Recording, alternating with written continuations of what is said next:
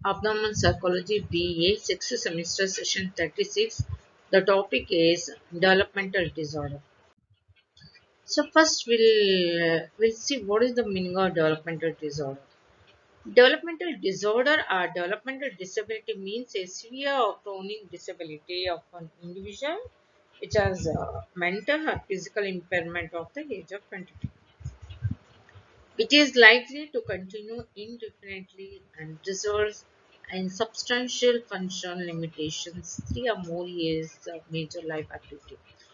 ಬೆಳವಣಿಗೆಯ ಕಾಯಿಲೆಗಳು ಅಥವಾ ಬೆಳವಣಿಗೆಯಲ್ಲಿ ಆಗುವಂಥ ತೊಂದರೆಗಳು ಅಂದರೆ ಬೆಳವಣಿಗೆಯಲ್ಲಿ ನ್ಯೂನ್ಯತೆ ಹೆಚ್ಚಾಗಿ ಇದು ತೀಕ್ಷ್ಣಕರವಾಗಿ ಒಬ್ಬ ವೈಯಕ್ತಿಕ ಅಥವಾ ಒಬ್ಬ ವ್ಯಕ್ತಿಯಲ್ಲಿ ವೈಯಕ್ತಿಕವಾಗಿ ಅವನ ಸಾಮಾಜಿಕ ಮತ್ತು ಮಾನಸಿಕ ಮತ್ತು ಅವನ ದೈಹಿಕ ಬೆಳವಣಿಗೆ ಮೇಲೆ ಪ್ರಭಾವ ಅಥವಾ ಬೆಳವಣಿಗೆಯಲ್ಲಿ ಕುಂಠಿತಗಳು ಕಂಡುಬರುತ್ತದೆ.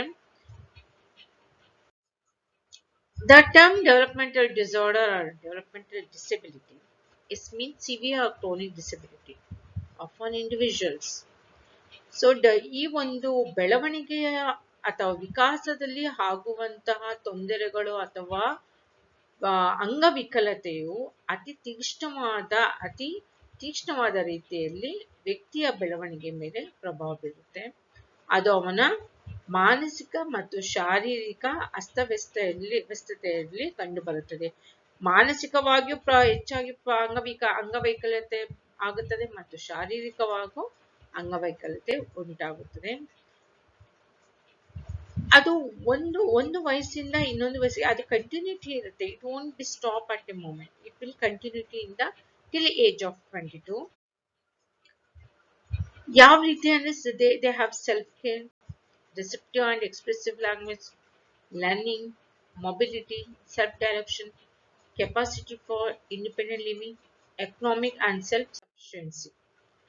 So, what is the meaning of developmental delay? ಬೆಳವಣಿಗೆಯ ನಿಧಾನಗತಿ ಅಂದ್ರೆ ಏನು ಅಂದ್ರೆ developmental delay is defined as failure to meet expected developmental milestone. ನಾನು ನಿಮಗೆ ಹಾಗೆ ತಿಳಿಸಿರುವ ಹಾಗೆ ಆ ಎಲ್ಲ ಅಂಶಗಳಲ್ಲಿ ಅವರು ನಿಧಾನಗತಿಯಲ್ಲಿ ಆಗುತ್ತಾ ಇದ್ದಾರೆ. ಅವರ ಶಾರೀರಿಕವಾಗಿ, ಸಾಮಾಜಿಕವಾಗಿ, ಸಂವೇಗಾತ್ಮಕವಾಗಿ, ಭಾಷೆಯಲ್ಲಿ, ಮಾತನಾಡುವುದು, ಈ ಎಲ್ಲ ಬೆಳವಣಿಗೆಯಲ್ಲೂ ನಿಧಾನಗತಿಯನ್ನು ಹೊಂದುತ್ತಿದ್ದರೆ ಅವರನ್ನು ಡೆವಲಪ್ಮೆಂಟಲ್ ಡಿಸಾರ್ಡರ್ ಅಥವಾ ಡೆವಲಪ್ಮೆಂಟಲ್ ಡಿಸಬಿಲಿಟಿ ಅಂತ ನಾವು ಹೇಳಬಹುದು. See, here the developmental delay is defined as a failure there with expected development milestones in one or more of the following areas like their physical, social, their intellectual, their speech, their language, their adaptive development, and sometimes is self-help skills which include their dressing, toileting, and feeding, etc.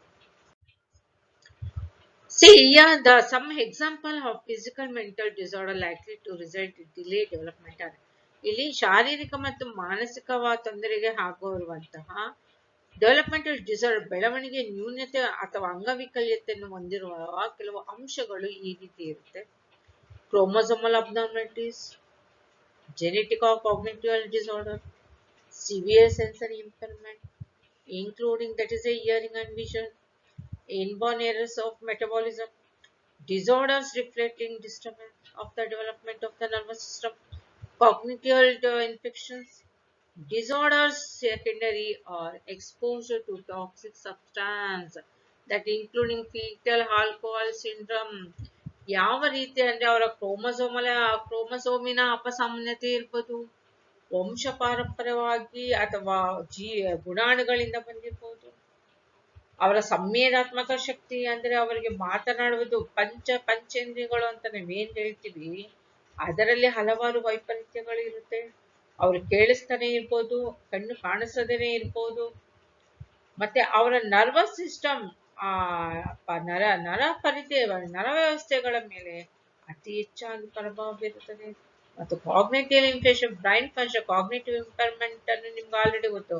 The cognitive functions including our language, learning, our memory, is a thinking capacity, how they are going to solve the problem, their creativity ಈ ತರ ಇರುವಾಗ ಅದರಲ್ಲಿ ಸಂಜ್ಞಾನಾತ್ಮಕವಾಗಿ ಅದಕ್ಕೆ infection ಆದಾಗ ಈ ಎಲ್ಲಾ ಬೆಳವಣಿಗೆಯು ನಿಧಾನಗತಿಯಲ್ಲಿ ಆಗುವಂತ ಸಾಧ್ಯತೆ ಹೆಚ್ಚಾಗಿರುತ್ತದೆ. See here, neurodevelopment disorder include ನರ ಬೆಳವಣಿಗೆಯ ಕಾಯಿಲೆ ಅಥವಾ ತೊಂದರೆಗಳು ಯಾವುವು ಎಂದರೆ, one is attention deficit hyperactivity disorder, ಅದು ನಾವು ADHD ಅಂತ ಕರಿತೀವಿ.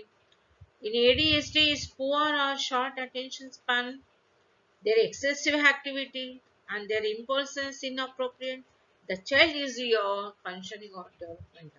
ಆ ADHD ಹೈಪರ್ ಆಕ್ಟಿವ್ ಇರೋದು ಅದರ ಅವಧಾನನೇ ಕಮ್ಮಿ ಆಗ್ತಾ ಬರುತ್ತೆ, ಅಟೆನ್ಷನ್ ಕಮ್ಮಿ ಆಗ್ತಾ ಬರ್ತಾ ಇರುತ್ತೆ.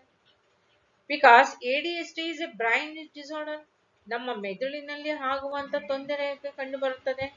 is presence from birth or developed shortly after a birth, ಇದು ಮಗು ಹುಟ್ಟಿದಾಗ ಮೇಲೆ ಕಂಡು ಬರುತ್ತದೆ.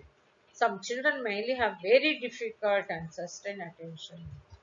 ಈ ADHD ಇರುವಂತ ಮಕ್ಕಳಲ್ಲಿ ಅವರಲ್ಲಿ attention, concentration, ability to complete task, ಅವಧಾನ ಇರೋದಿಲ್ಲ, ಒಂದು ಕಡೆ ನೋಡಿದಾಗ ಅವರನ್ನು ಗ್ರಹಿಸುವ ಶಕ್ತಿ ಇರೋದಿಲ್ಲ, ಯಾವುದೇ ನೀವು ಕೆಲಸ ಕೊಟ್ಟರು ಅದನ್ನ ಕಂಪ್ಲೀಟ್ ಆಗಿ ಮಾಡುವಂತ ಸಾಮರ್ಥ್ಯ ಆ ಮಕ್ಕಳಲ್ಲಿ ಇರೋದಿಲ್ಲ.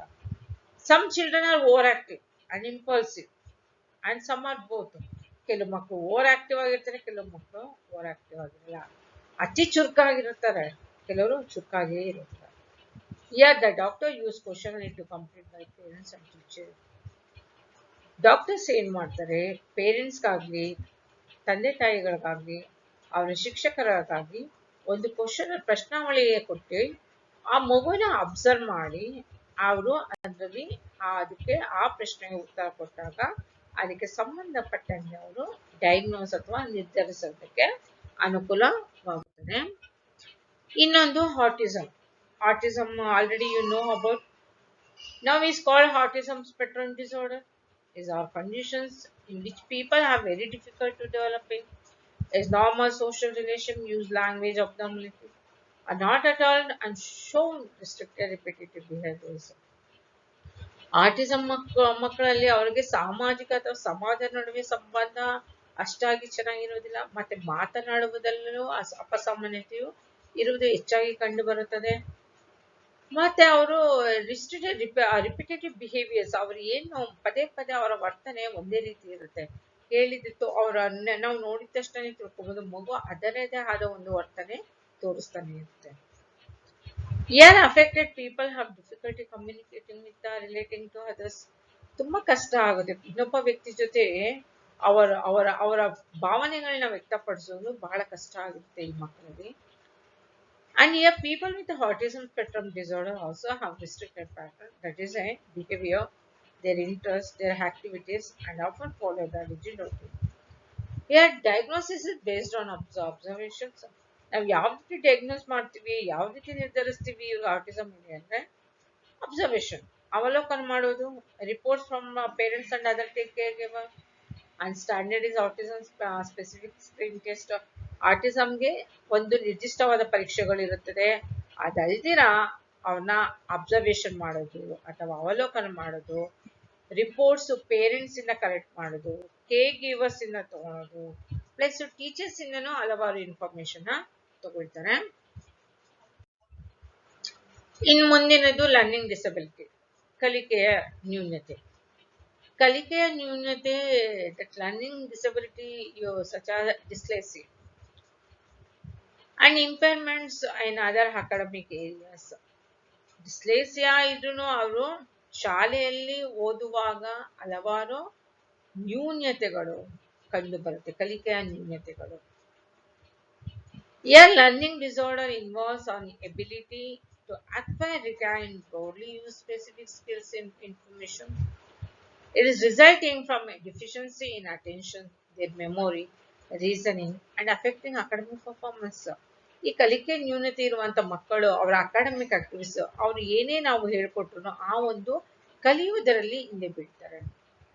Is affected children may show slow to learn the names of the colors letter, to counter learn and read on it.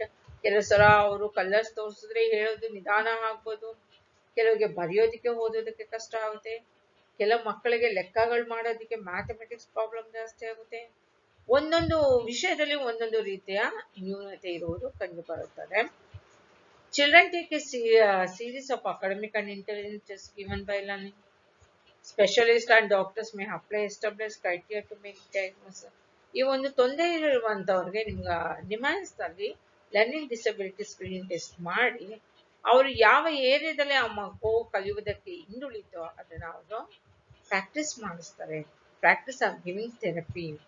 Specialist doctor diagnose ಮಾಡಿ further they will give all the practice. ಅದನ್ನ practice ಮಾಡ್ತಾ ಮಕ್ಕಳು ಕಾಲಕ್ರಮೇಣ ಕಲಿಯುವುದಕ್ಕೆ ಅಥವಾ ಅವರ ನೆನಪಿನ ಶಕ್ತಿ, ಅವರ ಅವಧಾನ ಪ್ರತಿಯೊಂದು ಇಂಪ್ರೂವ್ ಆಗೋದಕ್ಕೆ ಸಹಕಾರಿ ಆಗುತ್ತದೆ. 3 common types of learning disorder, that is a reading disorder, written expression, mathematic disorder. ಕಲಿಕೆಯ ನ್ಯೂನತೆಯಲ್ಲಿ ನಾವು ಆಲ್ಮೋಸ್ಟ್ ನೋಡ್ಬೇಕಾಗಿದೆ. ಕೆಲವರಿಗೆ ಓದುವುದರಲ್ಲಿ ತೊಂದರೆ, ಕೆಲವರು ಬರೆಯೋದಿಕ್ಕೆ ತೊಂದರೆ ಆಗುತ್ತೆ, ಇನ್ನು ಗಣಿತದಲ್ಲಿ ಹೆಚ್ಚಾಗಿ ತೊಂದರೆ ಇರುವುದು ಕಂಡು ಬರುತ್ತದೆ. ಮುಂದಿನ the next development disorder is intellectual disability. ಬುದ್ಧಿಶಕ್ತಿಯಲ್ಲಿ ವೈಕಲ್ಯತೆ. Intellectual disability is a significant below average of intellectual functioning that is a present from a birth or early infancy is causing their ability to conduct normal activities daily living. ಸಾಮಾನ್ಯ ಬುದ್ಧಿಶಕ್ತಿಗಿಂತ ಕಡಿಮೆ ಮಟ್ಟದ ಬುದ್ಧಿಶಕ್ತಿ ಹೊಂದಿರುವಂತಹ ಮಕ್ಕಳು. ಇದು ಈ ಬುದ್ಧಿಶಕ್ತಿ ವೈಪರೀತ್ಯ ಅಥವಾ ಅಂಗವಿಕಲತೆ ಅಥವಾ ವಿಕಲತೆ is like is genetic or the result of the disorder influence of brain development. ಮಗುವಿನ ಮೆದುಳಿನ ಬೆಳವಣಿಗೆಯು ಕರೆಕ್ಟ್ ಆಗಿ ಆಗದೆ ಇರುವಂತ ಟೈಮಲ್ಲೂ ಬರ್ಬೋದು. ಜೆನೆಟಿಕ್ ಪ್ರಾಬ್ಲಮ್ಸ್ ಸಹಾಯದಿಂದನೂ ಈ ಇಂಟೆಲೆಕ್ಚುಯಲ್ ಡಿಸಬಿಲಿಟಿ ಆಗ್ಬೋದು. Most children with intellectual disability is a noticeable symptom until they are in preschool. ಮಕ್ಕಳು ಯಾವಾಗ ಪ್ರೀ ಸ್ಕೂಲ್ ಹೋಗ್ತಾರೆ ಆ ಟೈಮಲ್ಲಿ ನಾವು ಕೆಲವುದು ಹೋಗ್ತಾ ನೋಡ್ಕೊಂಡು ಹೋಗ್ಬೋದು. ನಾವು ಮಕ್ಕಳನ್ನ ಮನೆಯಲ್ಲಿ ನೋಡೋದಕ್ಕೂ ಅವರು ಸೊಸೈಟಿನಲ್ಲಿ ಸ್ಕೂಲ್ಗೆ ಹೋದಾಗ ಅವರ development intellectual disability day by day ಇನ್ನು ಒಂದೊಂದು ಕ್ಲಾಸ್ಗೆ ಹೋದಾಗ the teacher will be observe. The diagnosis is based on the results of formal testing. ಇದು ನಾವು ಕಂಡುಹಿಡಿಬೇಕು ಅಂದ್ರೆ ಸಾಮಾನ್ಯವಾದ ರೀತಿಯಲ್ಲಿ ಪರೀಕ್ಷೆಗಳಿರುತ್ತದೆ, ಅದೆಲ್ಲ ಕೊಟ್ಟು ಆ ಒಂದು ನಿರ್ಧಾರ ಮಾಡಿಕೊಂಡು ಅದ್ರ ತಕ್ಕಂಗೆ ಒಂದು ಥೆರಪಿಸ್ಟ್ ಮುಖಾಂತರ ನಾವು ಆ ಒಂದು ಇಂಟೆಲೆಕ್ಚುಯಲ್ ಡಿಸಬಿಲಿಟಿ ಅಥವಾ ಡೆವಲಪ್ಮೆಂಟಲ್ ಡಿಸಾರ್ಡರ್ನ ನಾವು ವರ್ತನ ಚಿಕಿತ್ಸೆ, speech therapy, behaviour therapy, psychoanalytical therapy ಈ ಎಲ್ಲ ಚಿಕಿತ್ಸೆಗಳನ್ನ ನೀಡೋ ಮುಖಾಂತರ ನಾವು ಆದಷ್ಟು ಇಂಪ್ರೂವ್ ಮಾಡಬಹುದು. So this are the reference. ಈ ಸೆಷನ್ಗೆ ಸಂಬಂಧಪಟ್ಟ ಹಲವಾರು ವಿಷಯಗಳನ್ನು ಈ ಕಂಡ ಪುಸ್ತಕ ತೆಗೆದುಕೊಳ್ಳಲಾಗಿದೆ. All the information has taken from this all the reference book, that is a Hani M. Crane, Sherry Johnson and Kalida Davison, John Neeling and Butcher Woolley, Susan in abdominal psychology, Susan Nolan and Hobson in 2011 abdominal psychology, James Ansel and Lisa Dama 2008 abdominal psychology.